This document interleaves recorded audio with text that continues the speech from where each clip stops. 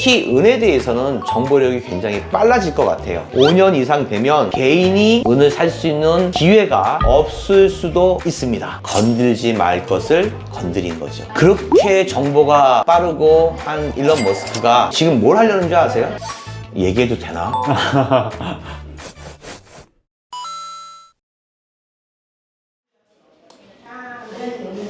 사장님, 저희 긴급으로 영상을 찍게 됐습니다. 긴급이죠. 지금 실버바 값이 며칠 사이 굉장히 폭등했는데 거기에 대해서 설명 부탁드립니다. 지금 영상을 찍는 거는 그 전에 제가 영상을 좀 찍었던 게 있거든요. 순서대로 나가야 되는데 갑자기 이틀 안으로 은값이 갑자기 폭등을 해버린 거예요. 왜 이렇게 은값이 갑자기 폭등을 했을까 해서 제가 긴급으로 영상을 찍자고 했습니다. 그래서 거기에 대해서 한번 설명을 해드리려고 하는데요. 우선 제가 누누이 말씀드렸잖아요. 이런 이유 때문에 은값이 오를 것이다. 은에 관심을 가져주세요. 라고 계속해서 영상으로 말씀을 드렸습니다. 근데 어떤 분들은 금에 대해서만 얘기해 주세요. 은에는 별로 관심이 없습니다. 라고 하시는 분들도 있고, 그거 맨날 그렇게 했다가 떨어지고 하니까 부피도 많고 해서 저는 은에 관심이 없습니다. 라는 사람도 많았거든요. 그런데 은의 진가, 은의 본 모습, 이것이 나타나기 시작했습니다. 물론 또 떨어질 수도 있어요. 하지만 그 떨어지는 폭은 적을 것이고요. 올라가는 폭은 계속해서 높아질 겁니다. 그렇게 해서 계속해서 올라갈 거고요. 금과 은이 다른 점 중에 하나가 뭐냐면은 금은 천천히 오르고 또 천천히 내리고 많이 올랐다가 또 조금 내렸다가 또 천천히 오르고 근데요, 은은요, 한번 화가 나면 날 무시해? 알았어 하면 진짜 말릴 수도 없을 정도로 혼자 투도문합니다. 그게 바로 은의 특별한 다른 점입니다. 성질이 있어요. 애가 성격이 엄청 급해요. 그러니까 제가 말씀드린 거 유념해 주시고요. 오늘은 왜 긴급으로 이렇게 촬영을 하게 됐냐면은 국제 정세가 이상하게 돌아가고 있습니다. 사실 우리는 항상 경제, 문화, 정치 이런 시각적인 면을 미국이나 유럽, 특히 영국, 프랑스, 일본 이런 관점에서 세계를 보고 있다는 거죠. 그렇지만 반대 진영에 있는 뭐 중국이라든지 러시아라든지 아프리카라든지 이런 쪽의 관점으로는 우리가 듣고 볼 수 있는 기회가 없다는 거예요. 그래서 어떤 경제적인 상황, 정치적 상황도 중립적인 입장에서 보는 것이 중요하다고 생각해서 이 말씀을 드리는 거고요. 지금 어떤 움직임이 있냐면은 우선 씨, 트럼프가 네. 대통령이 되자마자 제일 먼저 한 게 뭐예요? 관세요? 그래요. 관세잖아요. 네. 아주 작정을 하듯이 관세를 때려요. 제가 저번에 얘기한 것처럼 관세는 나라와 나라의 세금일 수도 있는데 종목에 대한 것도 관세가 되는 거예요. 예를 들어서 뭐 수출하는 모든 거에 관세를 20% 하겠다. 그리고 너희 나라는 알루미늄 몇 프로, 우리나라 같은 경우에는 자동차, 반도체, 철강, 그리고 항만, 조선 뭐 여러 가지가 있는데 그게 다 달라요. 미국 입장에서는 반도체하고 자동차 같은 경우에는 좀 세게 때려서 좀 눌러야 되는 거고요. 이 조선 같은 경우에는 오히려 우리나라가 더 활발하고 좋기 때문에 그쪽에 대해서는 별 말이 없는 거죠. 자기한테 이로울 때는 수단과 방법을 가리지 않고 내치고 자기가 불리한 쪽은 그냥 모르는 척 하는 게 지금 미국의 관점이란 말이에요. 근데 미국이 해도 좀 너무해요. 특히 트럼프가 뭘 작정하고 하는지는 알아요. 하지만 사람은 건들지 말아야 할 것이 있어요. 왜? 국제적으로도 그래요. 왜? 우리나라 이제 국회의원도 그렇고 외국도 마찬가지인데 진짜 건들지 말아야 될 것은 바로 가족이에요.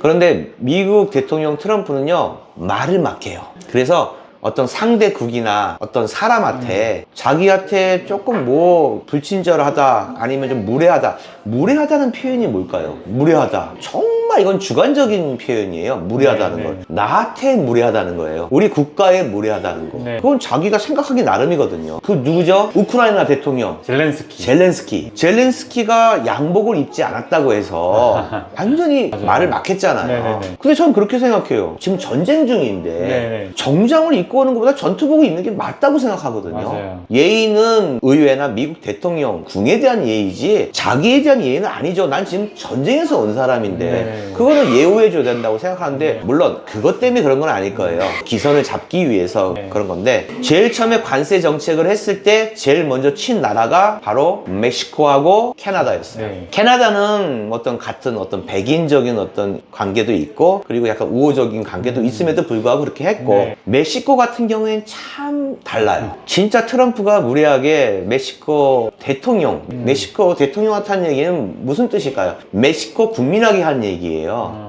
물론 거기에 불법 이민자들이 많아요. 그걸로 인해서 어떤 마약이 들어왔다느니 아니면 총기가 들어왔다느니 도난이라든지 범죄가 많다. 아니 그거에 대해서는 그쪽 자국 내에서 해결될 일이고 그렇지 않은 사람들도 굉장히 많거든요. 왜 이민자를 받아들였을까요? 그것은 허드렛 일, 쓰레기 친다든가 청소를 한다든가 정화조에 간다든가 하기 힘든 일, 위험한 일을 그분들이 도맡아 하잖아요. 그쵸.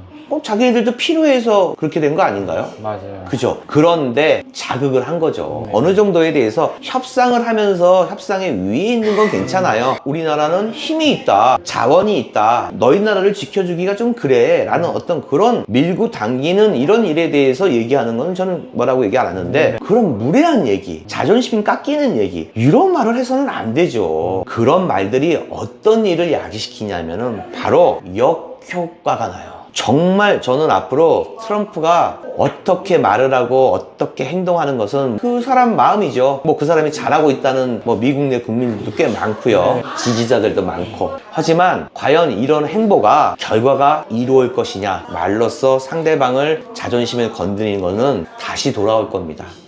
은 얘기하다가 왜 이런 얘기를 하냐고요? 바로 이것 때문이에요. 건들지 말 것을 건드린 거죠.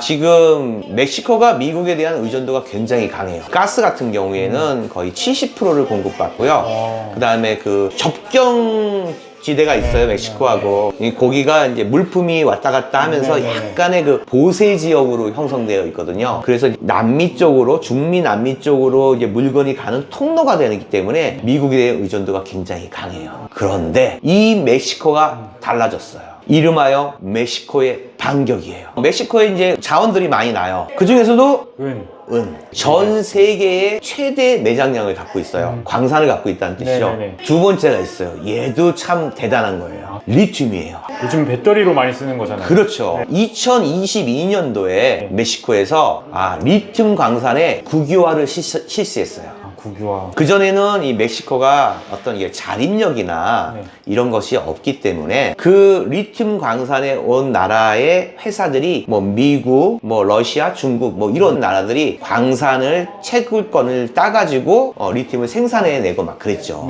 그런데 갑자기 멕시코에서 이제부터는 나라에서 관리하겠다. 계약한 그 날까지만 하고 다 나가. 그리고 심지어는 압류까지 해버렸어요. 굉장히 강력한 조치였어요. 그런데 이게 중요해요. 은도 그렇게 하고 있다는 거예요. 은 광산을 나라에서 관리하겠다고 하는 겁니다. 이거는 그냥 그렇더라, 그럴 것이다 라고 하는 개념이 아니에요. 지금 거의 굳혀졌고요. 그런 과정들이 나타나기 시작했어요. 멕시코가 연간 6,000톤을 생산해내고 있어요. 그리고 두 번째 생산국이 있어요. 중국이에요. 그리고 세 번째가 페루예요. 페루. 신기하죠? 중남미에 같이 있다 보니까. 남미의 은이 많네요. 근데 전 지구가 쓰고 있는 은의 매장량, 생산량이 4분의 1이 멕시코에서 나오고 있다는 거죠. 그런데 만약에 멕시코가 이 은 광산을 국유화한다는 뜻은 이게 굉장한 거예요. 뭐냐면은 무기화하겠다는 거예요. 그리고 미국 너네 말 안 듣겠다는 거예요. 외교 협상할 때 이용하겠다는 그렇죠. 거죠. 그러니까 얘네들이 국유화를 하면은 생산, 수출, 이 모든 소비에 대해서 국가가 관장하겠다는 뜻이에요.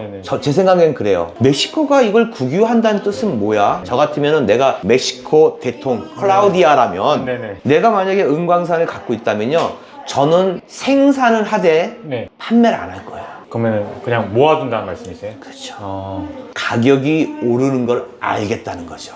그러면 가격이 충분히 오랐을 때 팔면 수익이 많겠죠. 그것이 바로 생산국의 자위권이에요. 내가 안 팔겠다는데. 네네네. 그전에는 다른 외국 회사가 왔기 때문에 공급하고 수요가 맞으면 그걸 처리하면서 수익을 얻는 거는 회사 수익인데, 멕시코 같은 경우에도 물론 팔아서 수익이 있겠지만은 내가 생산하는 거를 우리가 생산을 하되 판매를 하지 않는다면 제가 얘기했죠. 은이 얼마만큼 사용되고 있는지, 미래 산업의 은이 얼마만큼 사용되고 있는지. 그런데 만약에 그 4분의 1을 관장하는 멕시코에서 은이 나오지 않는다면 네네. 이거는 은값이 폭등할 수밖에 없습니다. 그리고 이게 미묘한 감지가 있어요. 제가 왜 이거 긴급 공지를 하냐면, 이 정보를 주신 분이 있어요. 근데 그분이 얘기해도 되나? 미군에 계시는 정보장교님이세요. 정보장교요? 네. 성함은 제가 말씀을 네네네네. 제가 아까 말씀을 드렸잖아요. 우리는 미국과 유럽과 일본과 이 관점에서 세계를 보고 있다고. 그럼 안 돼요. 중국과 러시아와 아프리카와 남미의 관점에서도 볼 수 않은 그런 시야가 있어요. 사실 그 유명한 외신들 보면은 거의 대부분 유럽이나 미국의 관점에서만 얘기를 하거든요. 맞아요. 그러니까 저희도 그걸 통해서 보니까 세계를 그렇죠. 그렇게 될 수밖에 없는 것 같아요. 그렇죠. 제가 말씀드리는 건 뭐냐면, 제가 항상 라이벌이라고 그랬잖아요. 라이벌. 네. 라이벌 관계로 세계를 봐야 한다. 미국의 라이벌은 어디죠? 중국이요. 결국은 이 모든 게 이 두 나라 때문에 일어나는 겁니다. 네네. 그러니까 우리는 뭐예요? 제가 왜 미국 대통령에 대해서 얘기하고, 뭐 트럼프가 어떻다, 일론 머스크가 어떻다, 지금은 멕시코 대통령까지 얘기하고 있잖아요. 네네네. 왜 그래요? 왜 제가 이런 얘기를 해야 되죠? 그게 은값을 영향을 주고 있으니까. 그렇죠. 네. 우리는 지금 금과 은에 대해서 방송을 하고 있잖아요. 네네. 이런 모든 것이 이런 세계 정세와 정치 상황을 고려하지 않고서는 안 된다는 거예요. 시야를 이렇게 보지 마시고 이렇게 보고, 거기서 내가 나한테 맞는 거를 이렇게 주워 먹으면 되는 거예요. 제가 얘기하는 것도 전적으로 제 얘기가 맞다고 얘기하는 거 아니에요. 여러분들이 보시는 어떤 정보 속에 100가지 중에 제가 하나예요. 하지만 좀 빠른 정보, 정확한 정보를 알려드리기 위해서 저는 애쓴다는 거죠. 그래서 앞으로는 제가 특히 은에 대해서는 정보력이 굉장히 빨라질 것 같아요. 왜? 정보원이 있으니까. 예, 제가 심어놓은 정보원이 있으니까 네네네. 아마 좀 빨라질 겁니다. 자, 여기서 국제 정세가 어떻게 바뀌냐면, 미국이 네. 멕시코를 깠어요. 그러면 까면 말을 잘 들을 줄 알았죠. 근데 멕시코 그 클라우디 대통령, 여성 대통령, 자존심 있어요. 그러니까 EU라는 기구가 있죠. 네, 유럽 연합. G7이라는 기구 있죠. 그 다음에 제가 중국을 비롯한 어디가 또 무슨 브릭스요. 그렇지. 네네네. 이제 이제 대화가 네네네. 빡빡되네. 네네. 아메리카 네네. 중에서 브리스 국가가 브라질이에요. 이번에 2025년도 의장국이에요. 근데 거기서 같은 대륙에 있는 나라들을 초청하게 돼요. 거기에 멕시코가 들어가요. 멕시코, 우루과이 뭐 이런 쪽 나라들을 네네. 초청을 해요. 그래서 우리가 이렇게 브리스 국가에 초청을 하는데 너희들도 한번 와봐라. 네네. 그런데 이 브라질보다 더 적극적인 나라들이 있어요. 혹시 중국일까요? 맞아요. 중국과 러시아예요. 왜 그러겠어요? 미국에 대적하려고 이용하려는 거죠. 그렇죠. 야, 멕시코. 야, 니네 옛날에 저기 미국 땅이 네. 니네 땅이었잖아. 야, 니네 땅 그것도 뺏겨오고 그랬는데 니네 멕시코 사람 착하잖아. 네. 그런데 저 미국 애들한테 가갖고 네가 허드렛 일 다 하고 그렇게까지 봉사해줬는데 뭐? 마약을 갖고 와? 총기를 갖고 와? 야, 그게 말이 되냐? 가뜩이나 지금 멕시코가 별로 기분이 안 좋은 상태에서 네. 어떻게 얘기했어요? 브리스 국가로 들어와.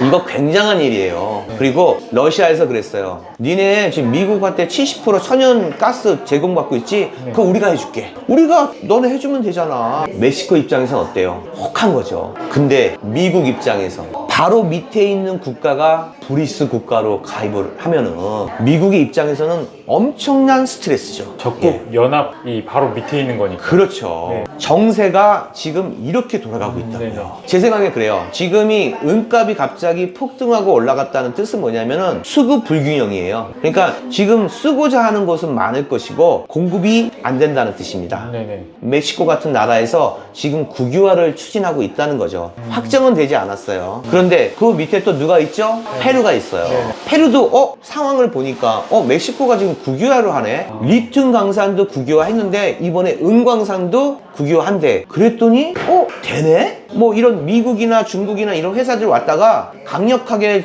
대통령이 얘기하니까 계약 날짜 끝나고 가는 데도 있고 뭐 압류당해서 바로 쫓겨나는 나라도 있네. 정말로 페루까지 국유화가 된다면 은 공급 장담할 수 없어요. 미국 정부에서는 금값이 오르는 걸 별로 좋아하지 않아요. 왜냐면은 달러가 위협하니까. 그러니까 또 금값이 오르면은 지금 브리스 국가는 금본위를 통해서 브리스 통화를 만들고 있단 말이에요. 네네. 미국의 입장에서는 별로 반가운 일이 아니죠. 그리고 옛날에 미국이 러시아 우크라이나 전쟁 때 러시아에 있는 달러를 압류시키는 바람에 그때부터 금값이 오르기 시작한 거잖아요. 네. 거기에 선도주자가 중국이에요. 쟤네들 저렇게 했다가 나도 저꼴라겠는데 안 되겠다. 미국 국채를 살 돈으로 금을 사자. 이게 금으로 몰리면 안 되거든요. 그래서 미국에서 은 선물 시장에 준비금을 엄청 때려 박으면서 은값을 눌렀단 말이에요. 오르는 게 싫어요. 그러니까 거기서 가장 큰 혜택을 받은 은행이 JP모건. JP모건에 네. 옛날에 위먼 사태 때 구해준 미국 정부한테 JP모건은 빚이 있어요. 너무나 그때 감사했습니다. 그러니 제일 미국 정부의 말을 잘 듣는 은행은 JP모건이다 이런 거죠. 그런데 나라에서는 JP모건이 말을 잘 들으니까 얘네들 은을 싸게 사주기 위해서 굉장히 노력했다는 거죠. 여기서는 내피셜인데요. 그럼으로 인해서 미국 정부에 있는 모든 무기들, 우주 항공에 대한 모든 무기들의 은이 엄청나게 들어가고 있으니까 JP모건 보고 내가 너를 이렇게 도와줬으니까 너희들이 은을 국방부에 좀 싸게끔 공급해줘라. 이게 시나리오가 나온다니까요. 그런데 만약 멕시코에서 트럼프 네가 뭐가 그렇게 잘났어? 우리가 그렇게 우습게 보여? 해서 은을 국유화를 시작한다면, 그리고 이 멕시코가 브리스 국가에 가입을 한다면 이거 엄청난 겁니다. 거기에 전염이 돼서 페루까지 은 광산을 나라에서 관리한다면 공급이 제대로 되지 않는 거예요. 그러면 가장 먼저 움직이는 데가 어디예요? 기업이에요. 모든 제품, 생산해내는 모든 제품, 우리가 얘기한 반도체, 브라운관, 뭐 의료시설, 네. 그 다음에 국방부, 그 다음에 전기자동차, 이런 데서 은을 확보해야 될 거 아니에요. 급해지죠. 완전히 급해지죠. 야, 큰일 나는데? 멕시코 움직임이 심상치 않아. 페루도 국유할 것 같은데? 야, 은 저장해. 그럼 어떻게 해요? 개인들한테 올 수 있는 은이 없다는 거예요. 그게 뭐지? 안 남았다는 거죠. 실례로 지금 이 통신에 의하면 일론 머스크가 얼마나 똑똑하고 굉장히 빠릅니다. 일론 머스크가 하는 일들이 뭐가 있죠? 스페이스X, 테슬라 이게 대표적이죠. 스페이스 X, 네. 테슬라, 스타링크? X. X 있죠, 맞아요. 요즘에 그것도 하대요. 집도 짓대요, 막. 조립식 주택. 네네. 이런 여러 가지 하는데, 그렇게 정보가 빠르고 한 일론 머스크가 지금 뭘 하려는 줄 아세요? 일론 머스크가 리튬 광산을 산다는 얘기가 있어요. 이유가 뭘까요? 그 뭐 자동차 회사도 하니까 전기 자동차 리튬이 많이 필요하니까 그러지 않을까요? 당연하죠. 왜 그걸 광산을 살려고 할까요? 공급에 문제가 생길까봐 그러는 거예요. 리튬이라는 것은요, 전기 자동차에 엄청 들어가고요. 리튬, 마이너스, 플러스, 전해질, 이런 모든 것들은 미사일 무기에 들어가고요. 이거 공급 못 받으면 어떡할 거예요? 일론 머스크가 얘기한 우주항공, 전기 자동차 어떻게 해요? 하이퍼루프 어떻게 해요? 이거 못해요.